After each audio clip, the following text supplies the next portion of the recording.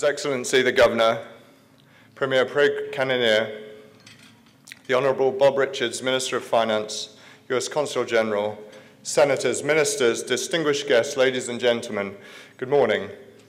Ronnie, thank you for your remarks, and let me begin by thanking the Chamber of Commerce for hosting this event, and to the Minister of Finance and expert panellists for their participation in what we know will be a compelling hour of economic analysis, perspectives, and forward-looking ideas. I have in the room today several of my colleagues from PwC, and we're once again delighted to sponsor this premier Chamber of Commerce event. I'm joined today on the panel by some familiar faces. First, I'm extremely pleased to welcome the Honourable Bob Richards, Minister of Finance. The Minister, as you all know, has had an eminent career both in business and in politics. He started his career working with two Canadian banks in Toronto before returning to Bermuda, where he joined the Bermuda National Bank. In 1978, he joined the Bermuda Monetary Authority, where he worked as an economist. And in 1983, became investment manager for Shell Trust Bermuda. In 1987, he founded Bermuda Asset Management as the first independent investment company in Bermuda. And in 1995, Bermuda Asset Management became affiliated with Invesco. In 1997, the minister was appointed to the Bermuda Senate, where he served as government leader and also as Minister of Telecommunications. He has also served on many other public sector boards, including the Bermuda Hospitals Board, the Bermuda Monetary Authority, the Public Funds Investment Committee, the Bermuda Association of Securities Dealers, and the Economic Council. He was reappointed to the Senate in 2004, and in 2007 was elected a Member of Parliament, and in 2013 assumed his role as Minister of Finance. Good morning.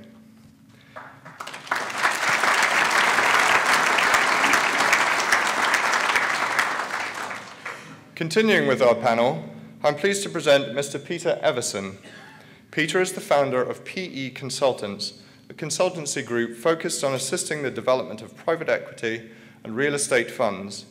Peter's storied professional career has taken him to London, Tokyo, and Sydney with Schroders plc Group, before returning to Bermuda as country head and chief executive officer.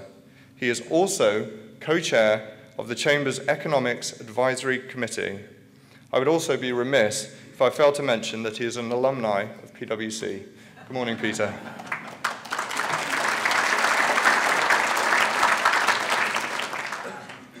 Next along, we have Mr. George Hutchings, a Senior Vice President and Chief Operating Officer of both Oil Insurance and S-Energy Insurance Limited. He is also President of the Association of Bermuda International Companies, ABIC.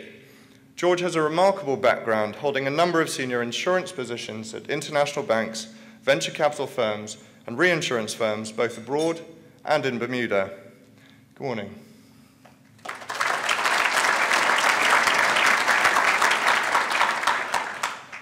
And lastly, I'm pleased to welcome Mr. Craig Simmons, an economist at the Bermuda College, where he lectures on all matters relating to economic theory and sustainability.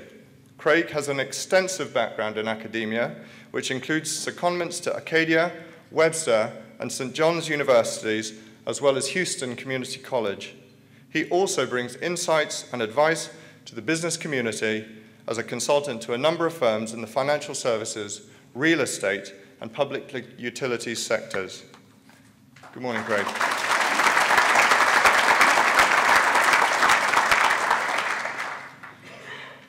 When unprecedented change is the only constant, when the uncertainty it brings erodes basic rights and the safety and well-being of our communities on many levels, Bermuda's people rely most strongly on the government to deliver security and certainty. No matter how sobering, there is a critical requirement to understand with clarity the position of the country's finances today, as well as what it will take to move to an acceptable and secure level for Bermuda's children and their children to follow. And this is the reality. The level of debt which will necessarily grow over the coming years will be paid down by future generations. Action to lessen the burden needs to come now from this generation and be a shared responsibility. And yet, in spite of the severity of the challenges that we face today, we live in an age of unparalleled opportunity. Time and again, in Bermuda's long history, her people have shown extraordinary capacity for reinvention and survival. There are many instances where Bermuda's economic authority far exceeds her size. She must preserve this capacity for innovation and adaptability. And there are glimpses of this, and the optimism that this can engender. It was only a month ago that the rating agency Fitch came out and publicly stated that Bermuda had secured the global #1 position for alternative reinsurance, a marketplace worth several billions of dollars. This is just one example where for Bermuda to protect her interests at home, we must project our influence abroad. Minister of Finance, may I congratulate you wholeheartedly on issuing your first budget statement, in which you said, the government will take the lead in encouraging new levels of trust and cooperation among Bermudians across all sectors of the community, building from the understanding that we are all in this together. That is our starting point as we begin the important work to recover, rebuild, and restore the promise of Bermuda.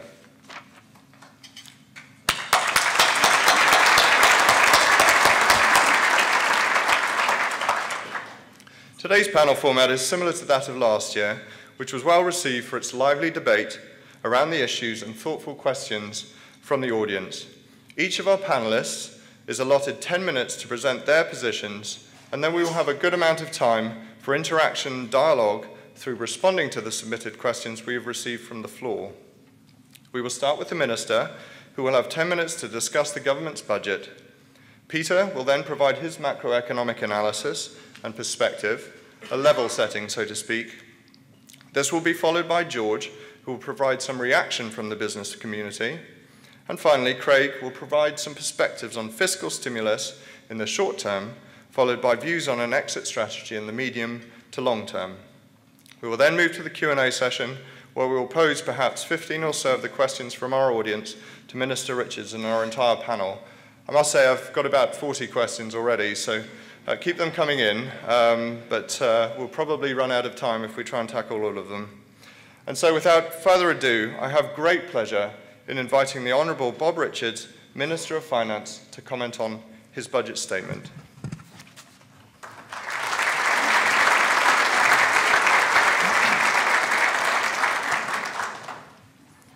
Good morning, ladies and gentlemen. You've gotten me up earlier than I normally I'm up, so if I don't make any sense this morning, it's because I haven't had enough cups of tea yet. I think that the most daunting thing that I'm facing this morning is trying to get what I have to say inside the 10-minute bracket, because there are a lot of issues before us, and I can't cover everything in 10 minutes, but I'm going to do what I can, and I'm sure the bell will ring or the gong will sound or some trapdoor will open that I'll fall into when 10 minutes is up. Now, as we all know, Bermuda is facing one of the most serious challenges in its long history. The budget that we presented on Friday conforms with the two-track policy that we outlined to Bermudians during the election, which was to strike a balance between pro-growth policies and also to control excessive government spending. We have not been able to achieve as much as we wanted to achieve in this budget because we've only been in government for 3 months. But we did the best we could.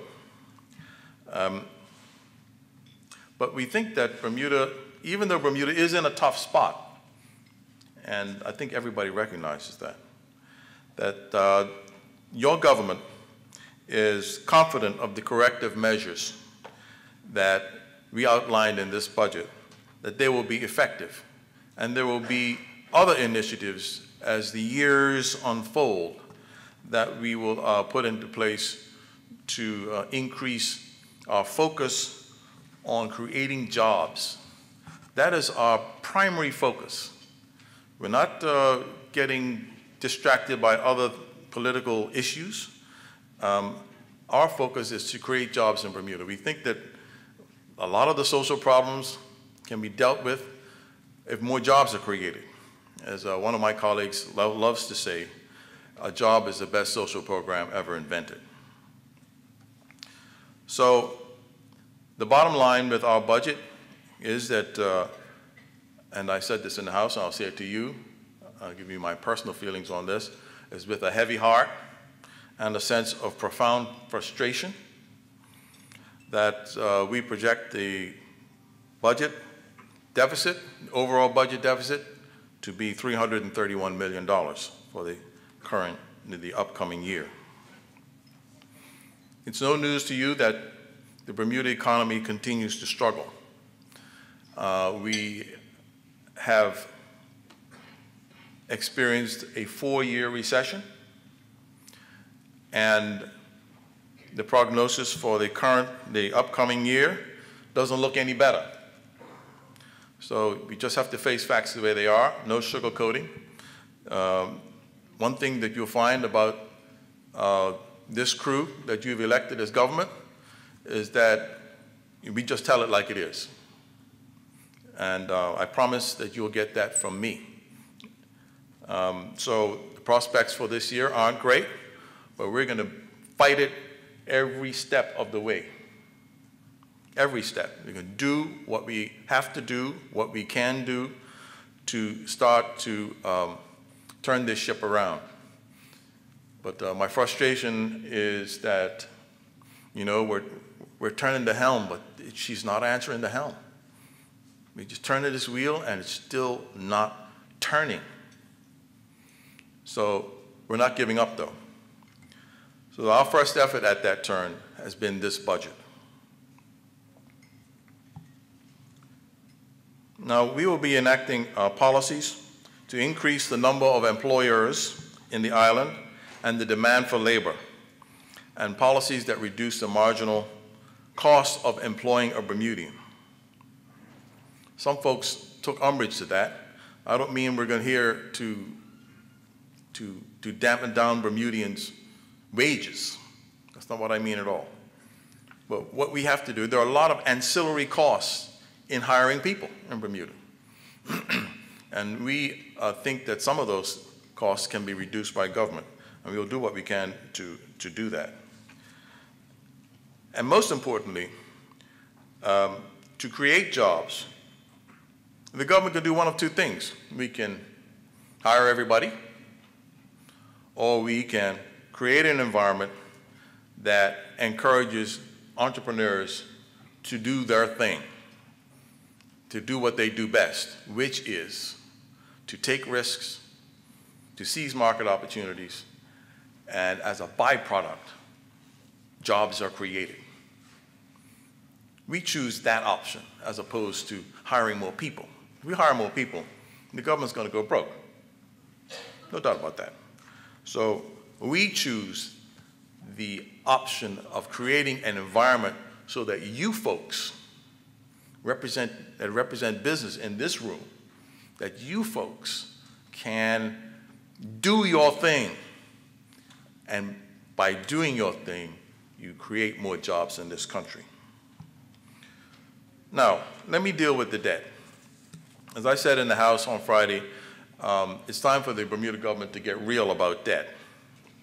The former debt ceiling was $1.45 billion, but there had been an annual parade that came before us where the debt ceiling was ratcheted up every year. We felt that that undermined Bermuda's image in the eyes of creditors. Kind of gave the impression that we didn't know what the heck we were doing.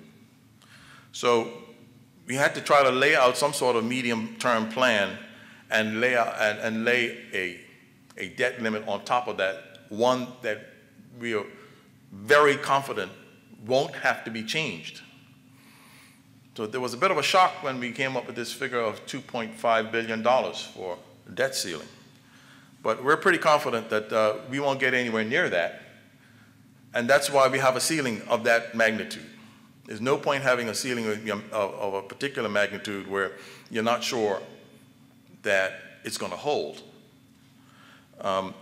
So that's the new debt ceiling that we have set. But it's important to note that we have set this new debt ceiling with a new set of rules. There didn't seem to be any rules before. The only rule was the debt ceiling.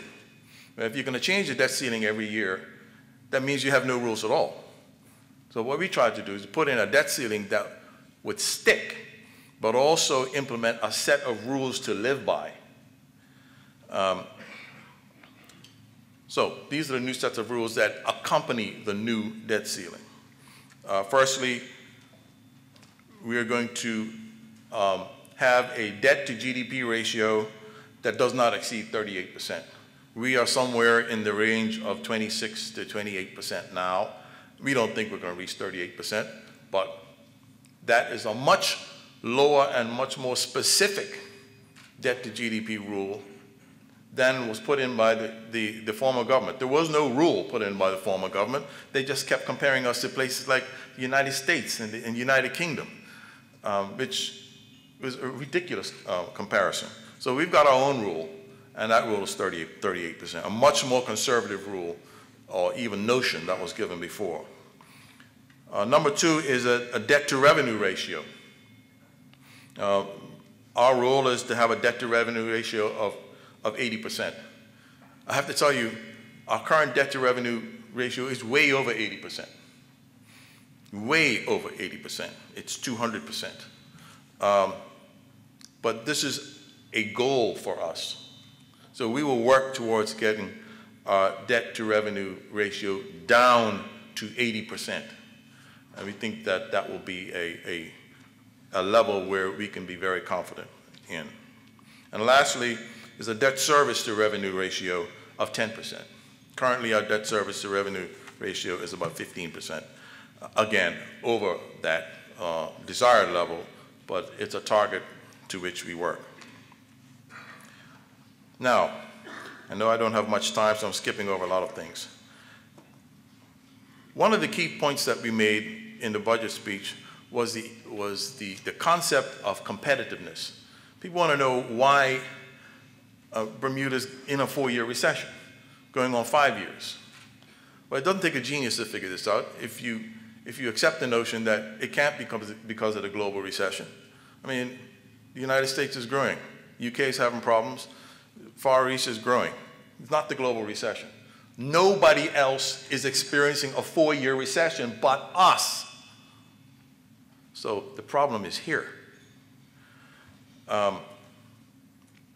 We are not competitive, ladies and gentlemen. We're a trading economy, but we're not competitive in the trading world. If we were, our economy would be expanding. But since it's been contracting for the last 4 years, we just have to draw the conclusion that we have competitiveness issues in this country. And our government is addressing those. The competitiveness is a function of, obviously, cost, but it's also a function of quality and a function of speed of delivery. We're trying to do something about the cost. I said the cost of, the marginal cost of hiring people. We're trying to do something about that. We cannot do a whole lot about that. Bermuda's an expensive place, we all know that. But we think we can do a lot about the quality, and we can do a lot about speed of delivery as a government. And that's where the idea of intellectual capital comes in. We're in the intellectual capital business, aren't we? As financial services in particular, but even hospitality. It's a knowledge business, a knowledge-based business. And we found from talking to many of you in this room and others that the government term limit policy was hurting our ability to attract and keep intellectual capital in Bermuda. And in fact, term limits, in fact, were doing the opposite to what they were billed as. They were billed as something to save jobs for Bermudians. In fact, they were killing jobs for Bermudians. So if we were going to be a government that would be acting to improve competitiveness and create jobs for Bermudians, term limits had to go. And we acted decisively to improve the opportunities for Bermudians. But that has to do with one of the things that we're doing to improve quality. The other thing, speed of delivery, that's critical. As we all know, time is money. And we've done a lot of things to reduce red tape, and we have a long way to go on that score, I can tell you. But we've also created this Economic Development Cabinet Committee, which is supposed to, and we are doing it, we're meeting today, we meet every Mondays, to try to parallel process applications for, particularly for inward direct investment in Bermuda. We have a big, because of our recession, because of our lack of competitiveness, the amount of capital coming into Bermuda to continue the development process in Bermuda has slowed down to a trickle. And a lot of that has to do with the time, effort, and downright red tape that people have to go through, just that we put them through, just to spend money in our country. Now, how counterintuitive is that? So we are addressing that with this committee to try to parallel process things instead of serial process things to help cut down the time. I've got a note that I've got 2 minutes. Okay. In 2 minutes, I can say that, so those are some of the non-tax policies we put in to try to promote growth. The tax policies you probably know about because they took precedence in the news coverage. Our first one was to give a 2-year payroll tax holiday for new Bermudian hiring, which is something that was in our election platform. And we think that that will not have a deleterious effect on government revenues because it will increase employment. That will counteract that. The second tax initiative was the one for license fees for non-Bermudian purchase of Bermuda property. So I just mentioned that it's critical that we reignite inward direct investment to Bermuda. There is very little net Bermudian capital anymore. We have borrowed ourselves up to our eyeballs and then some in this country. So there's not a lot of net Bermudian capital for investment. We have to get it from abroad. And one way to do it is to reduce the cost. And in this area, we're reducing the cost for inward investment in Bermuda real estate. And we think that this will, and we've sort of put it on sale.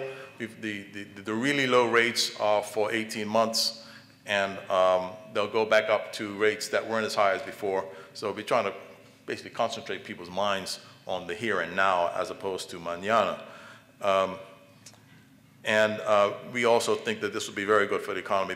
The multiplier effects of this particular tax cut is pretty significant, and significant in our most depressed area, which is construction.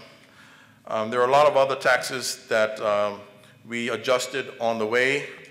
The mantra of the government is shared sacrifice. That means everybody takes a hit. That's what it means.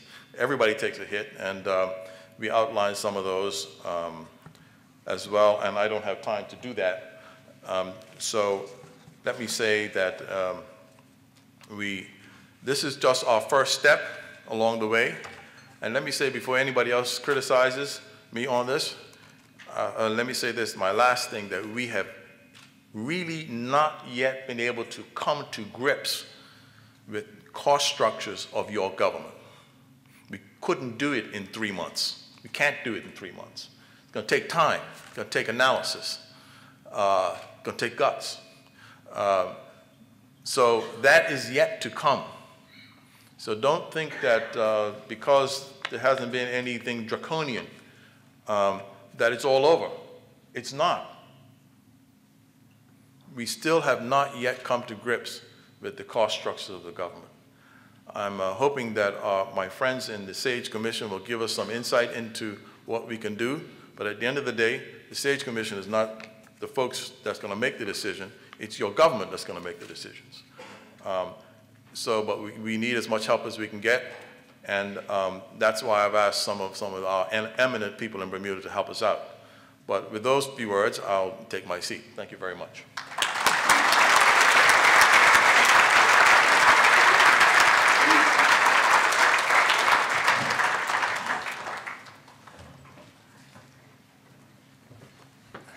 Thank you, and good morning.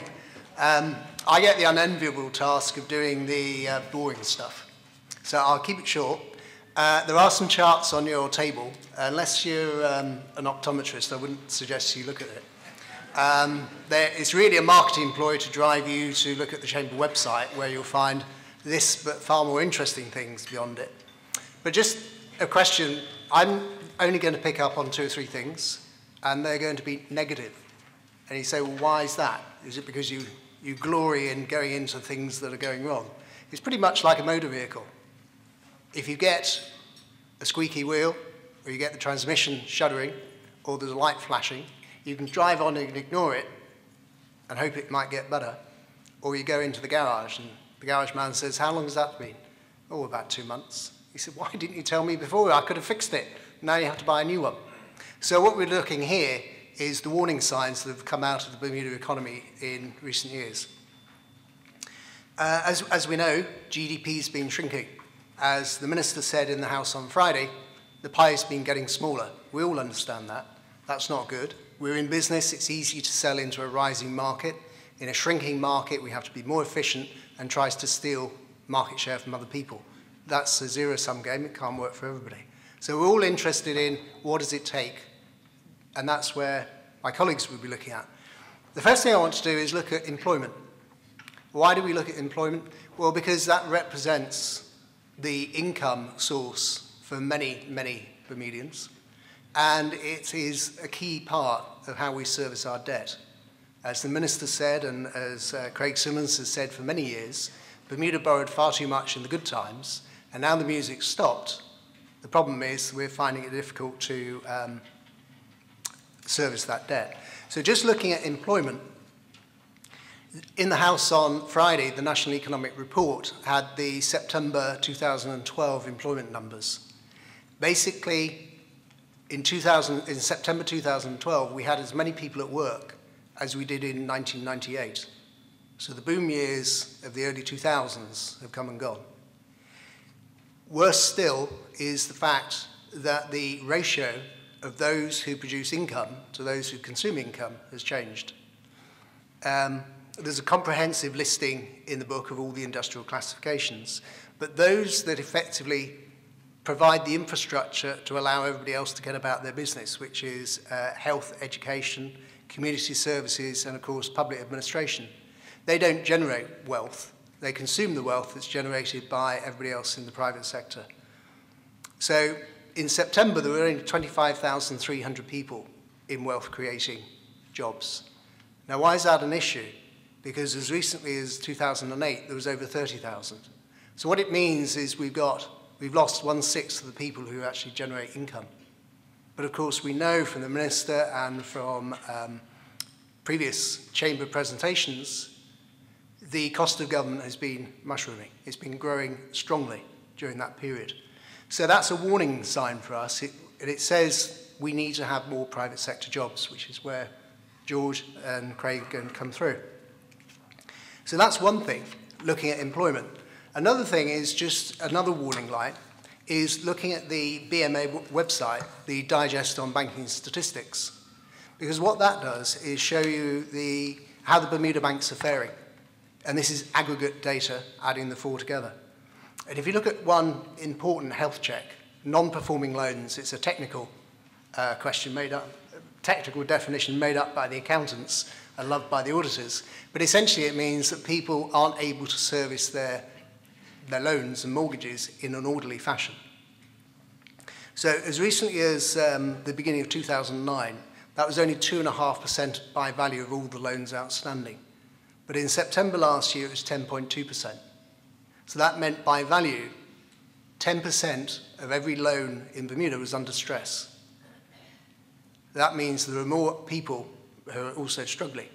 But what that also means is the banks are struggling to make money because people aren't paying them back. The NPLs to capital, non-performing loans to capital, it tells you how much profitability is being eaten away at the banks. So that used to be 10% going back to 2009, but now it's 37%.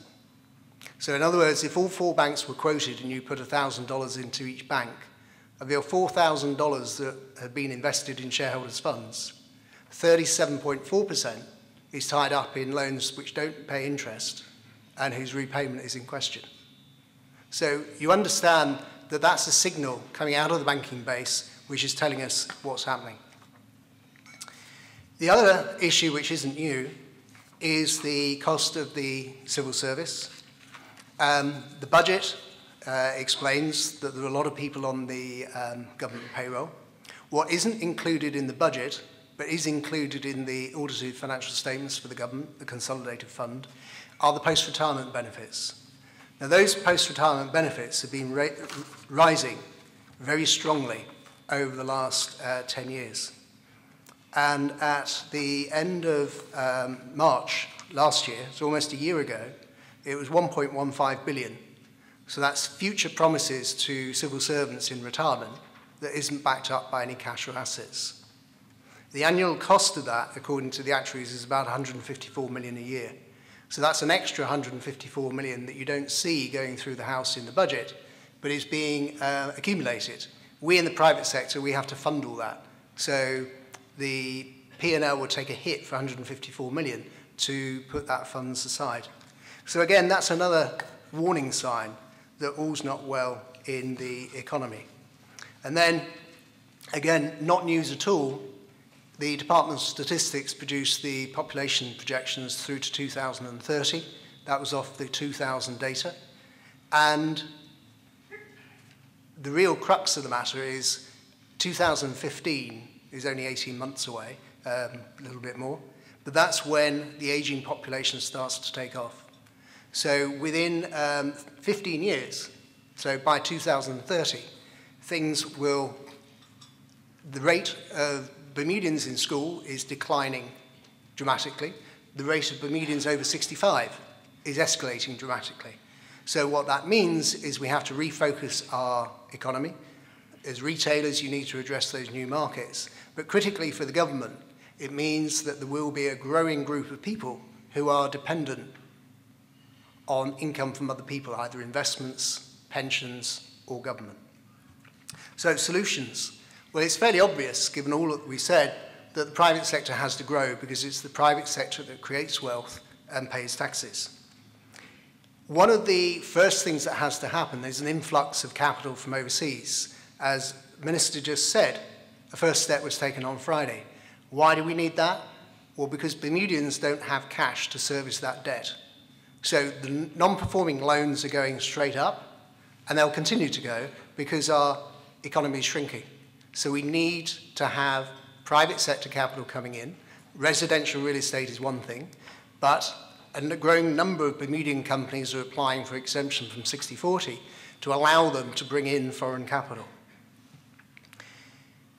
In time, we'll have an influx of new workers. Obviously, if we get hotels built, if we get new products and services building. But eventually, as Craig will come to, the public sector has to get smaller. Some of it may be through privatization. The good news contained in the financial statements is the actuaries say the average life, or the average time to retirement of a civil servant is now down to 12 years.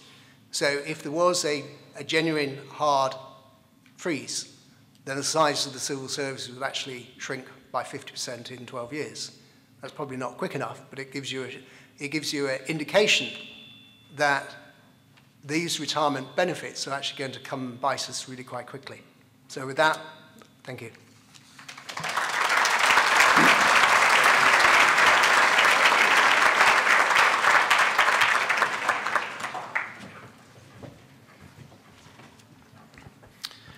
Well, thank you very much for having me here.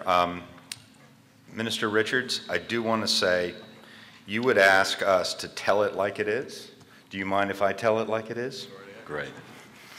I would say, generally speaking, international business views this current budget as something that we would deem to be favorable or good, certainly in the long haul. And one of the things I would say about international business is that we're not terribly interested in meddling into the minutiae of how a government runs its business, unless, of course, it directly relates to international business operations here. And to that extent, hearing that the government is looking at running the government more like a business, where their ratios, those are things that our organizations do on a day-to-day basis. That means some sense of discipline, and I think in that regard, that's a good sign for the long-term plan that I think Craig is going to be talking about. But setting yourself up to be parameterized, if you want to call it that, is a fundamental good thing in moving this economy forward.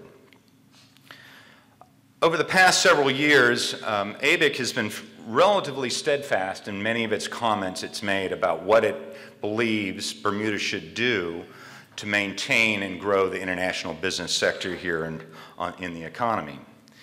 And our surveys tell us, day in and day out, that the cost of operating here on the island is very, very important, and that directly relates to the cost structure that Mr. Richards was talking about. We constantly hear that they're looking for immigration reform, and that directly relates to the speed of delivery that Minister Richards is talking about. And it also tells us, too, that we need a business-friendly environment that's directly related to the quality of this environment in which we're operating in. So I think what we're hearing today from the government is that what we believe should take place in terms of encouraging further investment and growing our segment of the economy is perfectly aligned with what the government is saying. Now, so let's talk about those individual components, say cost, for instance. I don't think it's a secret in this room that in 2010, when the salary cap was raised from $350,000 to $750,000 from the payroll tax, that is likely to be, and go down in history, a watershed event in terms of the cost of operating in Bermuda. I think when you look back at the statistics, you can almost, perfectly align that much of the deterioration in international business can be directly related to that event.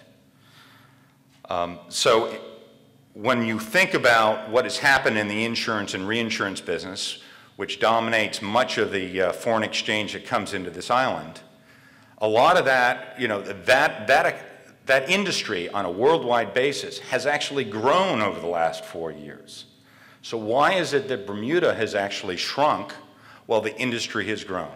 And that is because of the cost of doing business here on the island. There's also some softer issues with regard to trust and a long-term vision in terms of what to expect out of the business environment you're operating in. And I think some of the things that have come out in the budget certainly address many of those issues. I guess the other thing that's probably good from an international business perspective is we have not been targeted as a source of revenue in the short term. Certainly getting us back into the mindset of being a driver of growth in the economy is the last thing you want to do, is actually increase the cost. So that's a good thing from our point of view. When you look at it from a long to medium term, if government revenues don't increase and debt increases over that period of time, for whatever reason, be it because you're not bringing in additional revenue onto the island, or costs are increasing in operating the government needs to be very careful about looking to international business as a source of revenue. We're quite happy to grow the revenue base based on growth, but you need to be very thoughtful about whether or not international business can actually afford to absorb additional cost because it operates in the global environment, not in the domestic environment.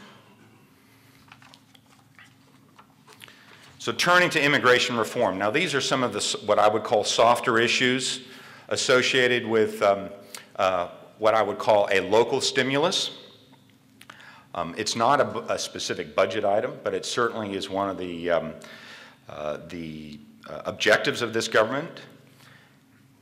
And I would say that when you think about speed of delivery, invariably it comes down to how long does it take, how much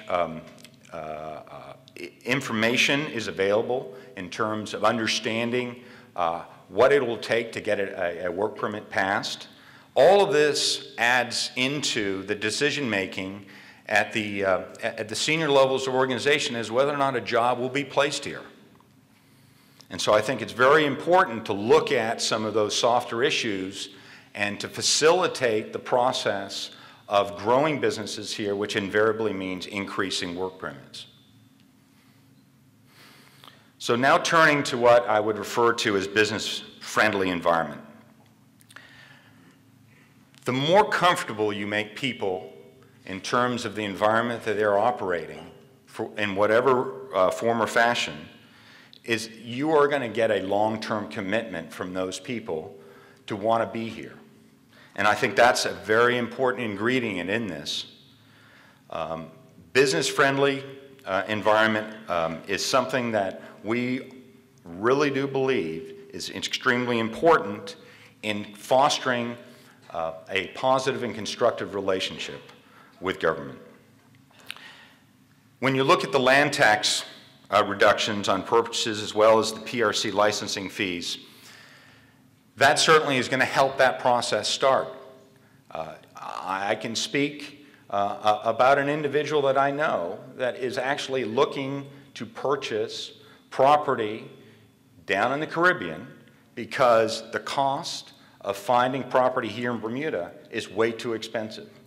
Now, why do we want to let capital that's fundamentally here in Bermuda now go to another island?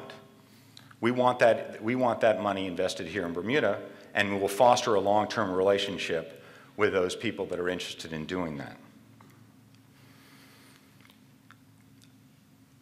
One of the other softer issues is crime. That leads to a level of comfort in living and operating here in Bermuda, and that's very important. So while I know it's modest increases in the budget on addressing crime and safety issues here in that's a start. And let's hope that it has a positive effect. Smaller things, too, actually add up in a business-friendly environment. For instance, making the airport experience a little easier to get through. Long business trips coming back to the island, you just want to get in and out of there. Now, I can't give credit to this government for doing that. So that was something that was initiated by the previous government. But we certainly can build upon that and make it even easier coming through the immigration process, for instance. And the other thing people can't forget are the external threats that this island is facing, particularly the businesses on this island are facing, from both US and Europe.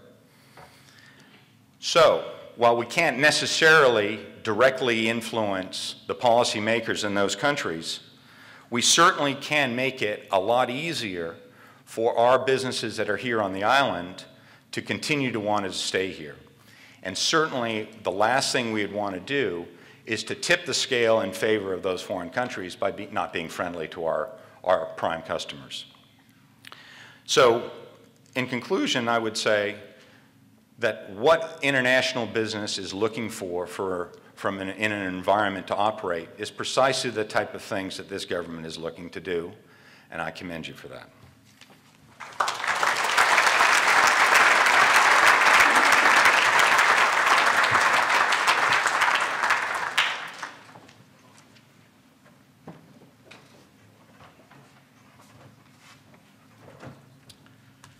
Thank you. The mood in the room reminds me of, I think it was 2008 when Barack Obama became president. Everyone was jubilant. I'm a skeptic and a cynic, and I was proved right because shortly thereafter,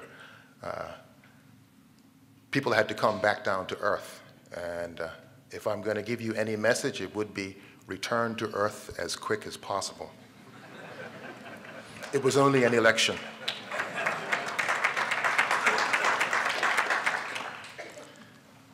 So in that sense, the budget for me was a triumph of economics over politics, a triumph of substance over rhetoric, and the most important part, a triumph of medium-term thinking over short-term thinking. And so it was no surprise, or at least I was gladdened to see that the finance minister didn't pull back the throttles and pursue the path of austerity. But there are dangers lurking beneath the surface. The idea of a medium-term expenditure program, one that was promised by the previous government, one that was spoken of in the most recent debt issue, the $475 million debt issue that came out late last year. And so I feel that we are obliged to provide not only taxpayers, but bondholders with a medium-term expenditure plan, a medium-term tax plan. And so I'm looking at the finance minister saying, where is it?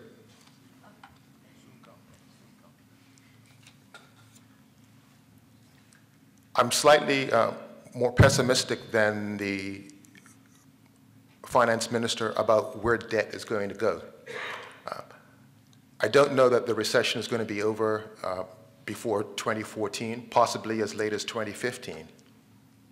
Even if it ends a little bit earlier, I think the stimulus that the finance minister has provided this budget will have to be maintained for at least, or until at least 2015. And that's about 3 years. So if you do the back of the envelope calculations, we're talking about a $300 to $400 million borrowing requirement over the next 3 years, say. That would increase our borrowing by about a total of, what, 0.9 to $1.6 billion, taking the debt somewhere between 2.4 and $3 billion. Now, I don't want to be the guy with the bad news, but I don't believe that the $2.5 billion debt ceiling is going to be enough. And I'm saying all that because the one thing that I'm looking forward to is the exit plan. How are we going to get out of this mess? Well, there are only really two ways. One is to decrease government spending, and as I've suggested, that can't really happen before 2015 because we're on this mild stimulus path. I think the signals that would be sent if spending were reduced could risk a double dip, which is a mistake which was made in the United States after their Great Depression. I don't know, I was there, I don't know about you guys. But the politicians in Congress got a little trigger happy. They wanted to cut the deficit as fast as they could, and so they did. And the US economy, instead of sort of bullying its way out of recession, in fact stalled. And it ended up in costing the US taxpayer even more. Perhaps I could liken it to recovering from the flu. Looks like we've got a bunch of eager people here, but you should know that don't return to work a day early when recovering from the flu, because you can very easily relapse. And so the stimulus package is a kind of flu insurance, to be sure, but of course that's going to come with costs. The exit plan. There's no doubt that government spending is going to have to be cut back from where it stands right now at about $1.2 billion to around $0.8 billion. That sounds like about a 33% reduction. I don't expect that to be taken well by certain elements in our society, but it's part of the job. And then on the other side, the tax side, there's no doubt that taxes are going to have to increase, not only with respect to rates, but more importantly, with respect to the base. So rather than this reliance that we have on what I call discriminatory customs duties, I think we're going to have to make the transition towards a value-added tax on all goods and services. on everything from dentist visits to restaurants to pizza. And what that does is it will broaden the tax base from about $1 billion up to as much as $2 billion. And I think hidden in the idea of a VAT, which is not in a duty, is that a VAT would more efficiently tap into economic activity. As I said, duties, I think, discriminate against businesses selling goods. And so shared sacrifice should require that people selling both services and goods pay. That's one idea for getting the deficit down. The second, which I don't think will go over well in this room, the idea of some kind of corporation tax. Now, we are blessed in Bermuda that we have a role model for corporation tax. It's the taxes that we impose on our exempted companies. They are not based on profit. Instead, they are based on size and type of business. And I'm throwing it out there because I think that's something that you guys are going to have to deal with. Stimulus has a price. It is going to be higher taxes, lower government spending, and it will take an easy decade. So we're looking at the exit plan, if my numbers are somewhere near correct, kicking in around 2016, and that the decreases in spending and hopefully a smooth glide path increase in taxes will last for about a decade. So we're looking at 2025, according to my figures, before we'll get the debt to GDP ratio around 20 or sub 20%.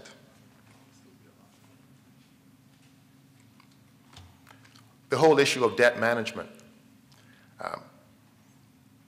My biggest concern with respect to debt management comes from the realization that increasing the debt from, say, where it is right now, 1.5 billion to 2 billion involves a certain amount of risk, hidden risk.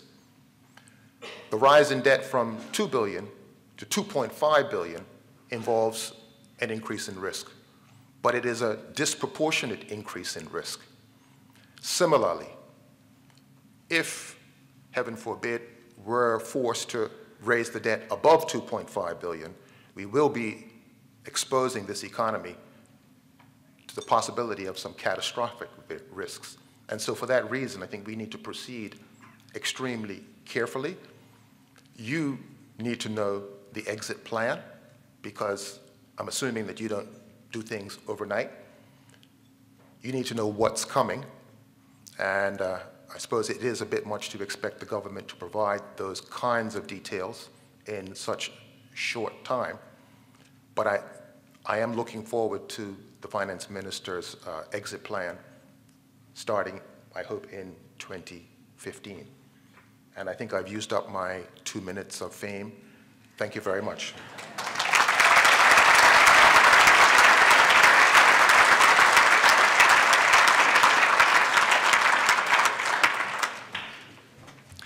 Minister, gentlemen, thank you so much for your most excellent remarks. George, Craig, there's a reason you're sitting together, so hope you do continue that dialogue. I thought I'd respectfully start with a softball just to get things going, but in the interest of time, I won't bother with that. If I might ask, if I might ask for responses to be as brief as possible, then we can get through as many of these questions that are still mounting up on my desk. We heard a little bit about this, but I'll ask the question anyway. If someone approached you in the street, what would your answer be to when do you expect the Bermuda economy to start growing again, and very briefly, why? Minister, maybe we could start with you.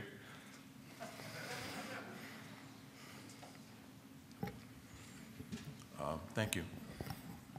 Well, we're not very sanguine on the growth prospects for 2013, how much I can tell you. But we do think that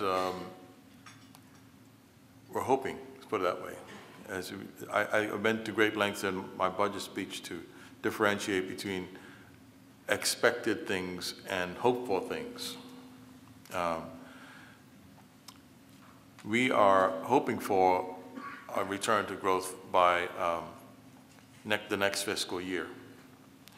I'm not sure what the probabilities of that are, but I think we'll have to reevaluate as we go through this year to see what the effect of the measures that we have taken during the year have on the economy. So it is, it's one of those things. It's I guess armchair quarterbacks can sit back and say, well, you know, we look for growth for this and that and that. In reality, it's not like that. You know, we've taken action, and we're going to take some more actions, but we have to monitor what effect those actions actually have in the real world, and then we reevaluate our prospects on that. So I wouldn't say I've written this year off, but I think that things are going to be difficult this year because what we've done so far has to take time to kick in. Next year, I'm hopeful that things will be better, but we'll see as we go along. Thank you. Gentlemen, do any of you want to remark on that? No. One of the other questions we had from the...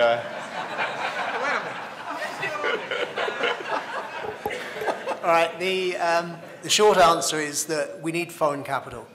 Currently, the economy is sustained by the building the new hospital. It's foreign cash. Bad news is we're all paying for it each month through increased health insurance premium.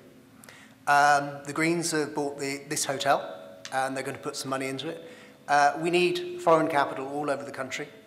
It's great that our friends at Link Bermuda are here. They've been investing capital into this country. But a hotel is the obvious one. Hotel investors overseas are ready and willing and able to come to Bermuda, but a prerequisite is the current hotels need to make a profit. So working with the Tourism Authority will be a key prerequisite.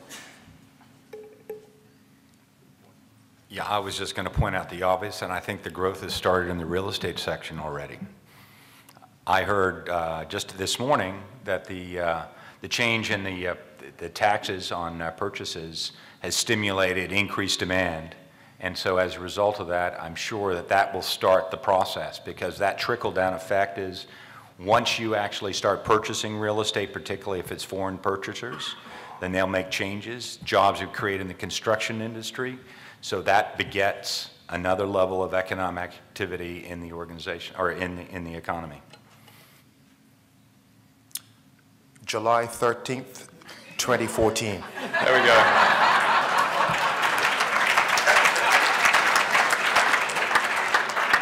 But in all seriousness, that was serious.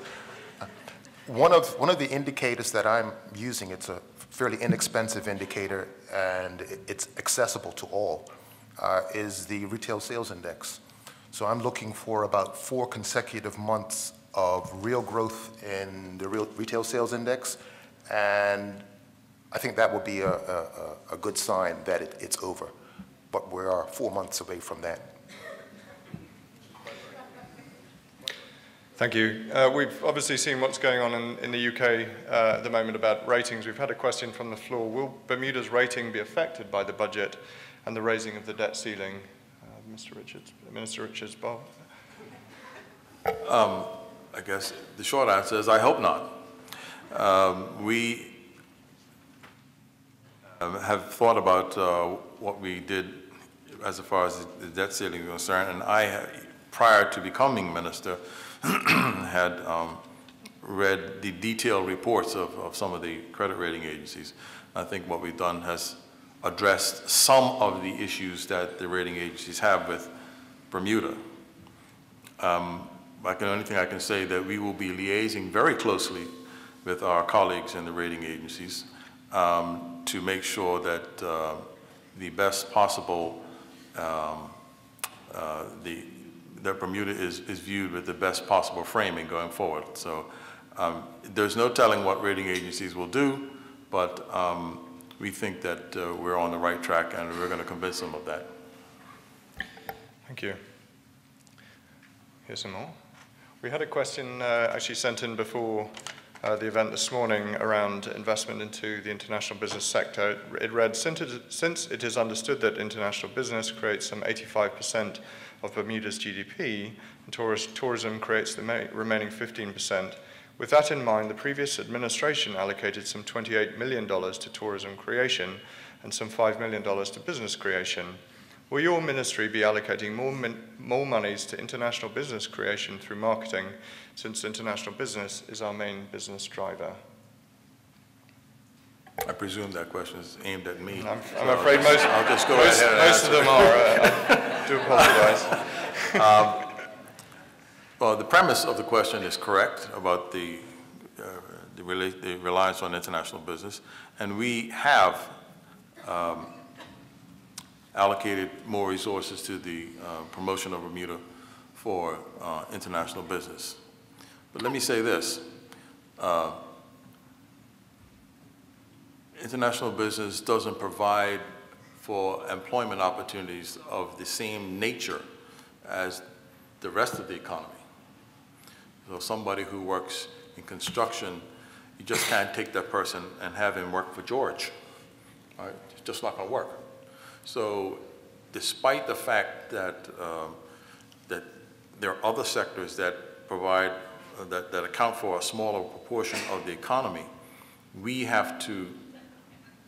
really have to promote some of those smaller sectors because of the nature of the jobs that are being produced there and the qualifications of our people.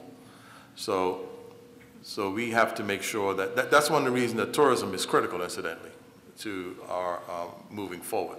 Even though, if you just look at the numbers, I mean, tourism itself on the GDP table is only worth about between 5 and 8% of GDP, which is astonishingly small. But if we didn't have that tourism component, then a lot of the jobs that relate directly and indirectly to tourism would disappear. And I don't know what the guy who is going to be a plumber, I don't know what he's going to do for George, all right? Because he certainly can't be an actuary, right? So, so we have to have a balanced approach to promotion of sectors in Bermuda because of the nature of the jobs, because these jobs are not fungible, as we say in the investment business. These jobs are not fungible, all right? Well made. George, would you like to? Yeah, I'd love to comment on that, and that is I fully support that whole direction, because at the end of the day, tourism is the infrastructure that allows international business to operate here in Bermuda. Without a healthy tourism industry, without the hotels, without the restaurants, without the airlift, this location would not work for international business. So there needs to be a vibrant tourism industry for international business to continue to operate. And while I've got the mic, I'd like to give some advice about the rating agencies. The rating agencies are an enigma. Whenever you walk into them, you do not know what they are going to say or what they're going to do. They change their perspective on a year-to-year basis. They don't give you an operating model necessarily to stay within.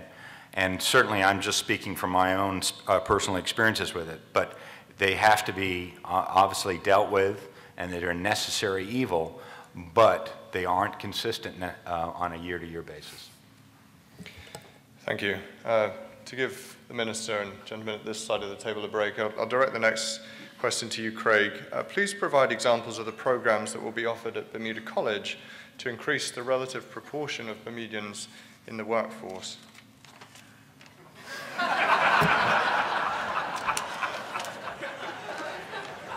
July 13th. July 13th, yeah. I think the president is here. Oh, Bermuda College, sorry. She would be in a better position to answer that question than me. It's only a rumor that I actually work there. But seriously, I don't know that I'm in a position to answer that question. Fair enough. When does the 2-year payroll tax holiday for employers hiring Bermudians take effect? Is it now or April the 1st or some other date?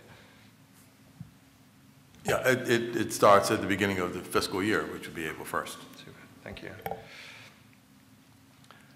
While it is commendable that your government undertook not to reduce the civil service headcount, except through natural attrition, is that a realistic economic plan, bearing in mind the civil service close to doubled its size during the PLP's tenure and is significantly over-resourced. Minister. The facts of that question are not disputed, that the civil service has grown faster than the economy. And as I mentioned in my remarks earlier, that we haven't really come to grips with that problem yet. But we understand that these are not numbers. They are real people. They're Bermudians. They're us. There's not an abstract here. We're talking about real people with real lives. So we just can't just drop kick them to the curb because you want to make some numbers. So we have to go about this in a responsible, thoughtful way. And that's one of the reasons that it's not something that can be done overnight. We have to do whatever we have to do. It has to be done in a cooperative way with the members of the civil service. They understand, just like everyone in this room, what the problems are. They understand it. So we have to work with them. Thank you. Craig, you answered the last question so thoroughly. You would like to comment on this? Yeah, I think there's a more serious problem than the public sector.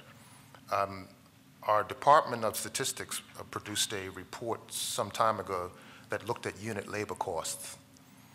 And unit labor costs rose unsustainably between, at least the study, between 1996 and 2006.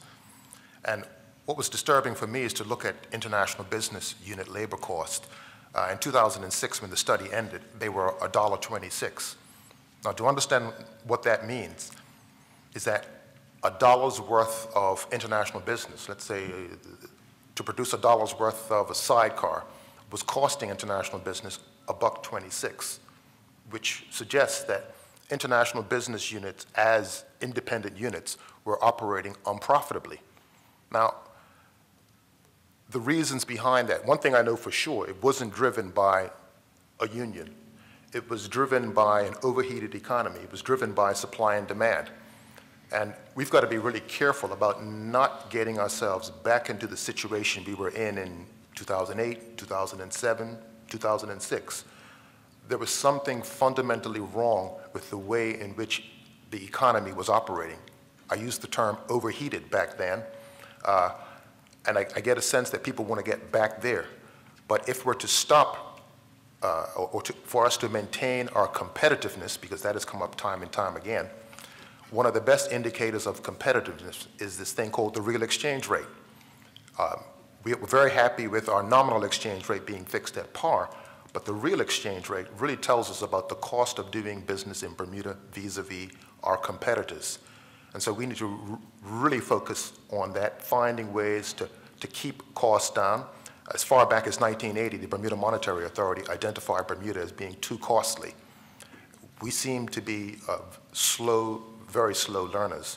Now, how we go about doing that may require some kind of intervention above and beyond the market, because the market is clearly not operating efficiently, especially when it allows unit labor costs to escalate as high as they have. And I'm not talking about because of some crazy union person or some crazy Craig Simmons person. It's because the market in many ways is dysfunctional or has been dysfunctional. Thank you.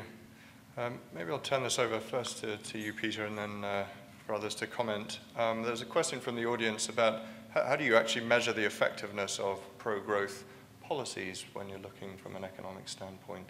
Is that something you'd like to comment on? Yeah, it's just by the outcomes. When you do something, you can't predict precisely what the consequences are, simply because it's not one lever, and it's not a communist society where you just order people to build an aluminium smelting plant and they do that. So what you do is you look at what's happening in the local economy, you look at other economies at the similar stage of development and see what happened when they did things. And the great news is that there's a long periods of economic history, and there's great disasters. There's things that have worked really well and things that have gone really appallingly badly. So by understanding both of those and then looking at Bermuda, then you start to throw away the ones that look like they'd be a disaster for Bermuda, and you get left with a smaller group which look more appropriate. But it's no more than that. There's no science, it's an art. Thank you. We've talked a bit about international business, obviously, tourism. Are there any government initiatives underway to foster further diversification in the economy?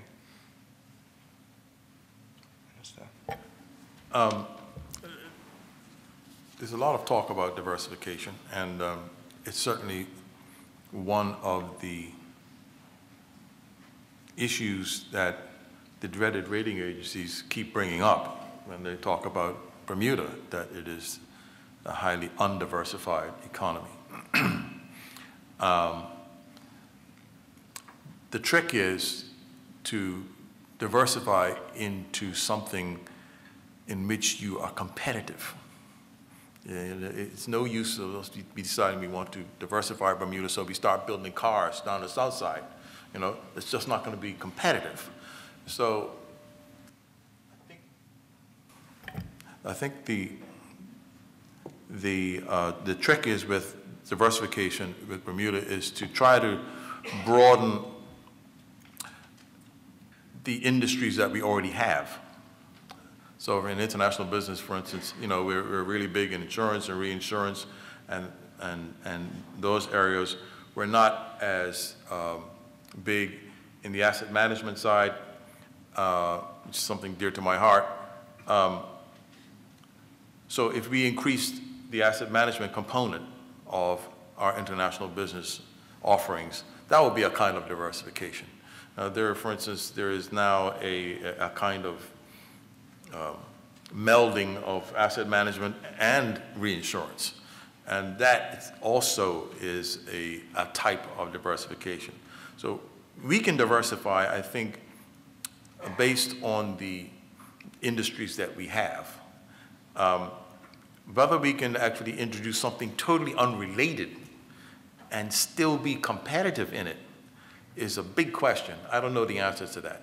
But I think that we have been trying to diversify or sort of spread out the financial services offerings that we have in Bermuda as a way to diversify away from, you know, the big dog on the block, which is reinsurance.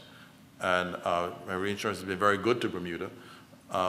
But the whole diversification question is one that you have to take into account within the confines or within the perspective of competitiveness. There's no sense of us starting to do something if we're just ridiculously uncompetitive, and it just ends up costing Bermuda. That's great to hear. You mentioned reinsurance. For those of you that work in the sector, that you'll be well familiar, obviously, with the rating agencies' pressure for companies to diversify and penalizing you not for doing that, and then coming at the back end and penalizing you for diversification. So it's a difficult one to deal with, but I certainly share your sentiment and support your views. Any comments from ABIC on that one? No. No, I would say that we have endeavored to participate in activities to help diversify the international business sector as well. It is not ABIC's primary responsibility to get into the marketing and selling of Bermuda, but we certainly understand that that's one of the elements that we all need to expand the economy within. So to the extent, I know, for instance, there's an effort at the BBDC, and we really, from an ABIC point of view, strongly support that. Because a concerted and unified position about how we market this island will lead to diversification, not only in terms of revenue streams and where they come from, but also in terms of the type of businesses that may end up domiciling here. So I think that's a fabulous effort. And I certainly would support the comments from innovating or growing from within, and the remarks I made at the beginning about Fitch, and that area of the market is just one great sign of the capacity for this market to reinvent itself, innovate, explore new areas, and then come out on top. We've run long 6 minutes. I had a note earlier to suggest that we probably could go another 2 or 3. So what I'll do is I'll ask a couple more questions and then we'll wrap things up if that's all right. You made some comments earlier, Minister, about the budget, and again, I commend you for getting a budget out so swiftly after the general election. You suggested that there were certain things that you couldn't tackle, understandably so, in the short period. What can we expect from perhaps next year's budget? Give me a break. Balanced budget. And I'm assuming we're talking about like a current account balance? Yep. Well, the problem with that, the way in which we define the current account as the difference between a government spending and taxation, and it would appear to be the policy of this government to offer tax breaks. That's the kind of stimulus that I see the government pursuing, as opposed to increases in capital spending. And so just because of the way just because of the stimulus packages that this government seems to favor in terms of tax cuts, it's difficult. I don't know that we should really be focusing on a balanced budget as opposed to a time when we can begin debt reduction. I think debt reduction can begin in earnest in about 2015, and you will probably not see the benefits of it before, say, 2016, 2017. Like I say, it's going to be a long haul to get this thing under control. And I would hope that people would understand that this is a medium to long-term process. Yeah, I would say from an international business perspective, it's out of our domain. But I would certainly expect to see the deficit narrow over the next few years. If that is not happening, then perhaps we're not making the progress we would like to, because that's a function of increased revenues and presumably reduction of costs. And at least directionally, that would be great to see. I'd take a different perspective, that if in 5 years' time we can't do it, then that's pretty much the end of the road. Jamaica defaulted yet again last week on their debt. If we can't balance our budget in 5 years' time, we've either failed to grow the economy, or we can't agree amongst ourselves to pay enough taxes for the services we want. So, to me, it's not a question of numbers, that's about policy and will. And a small island economy with a very narrow base, we won't find lenders outside Bermuda in 5 years' time if it's just a never-ending piece of paper. The problem being, in numbers terms, the previous government were right that it's fairly small beer. But the problem is, all the larger governments are just covering the world with paper. Nobody's going to want government paper in 5 years' time. The US, Europe, everywhere is just printing too much. So we have to address it, and we have to have some serious conversations between ourselves about how we do things. I guess you saved the best question for last. In our scenario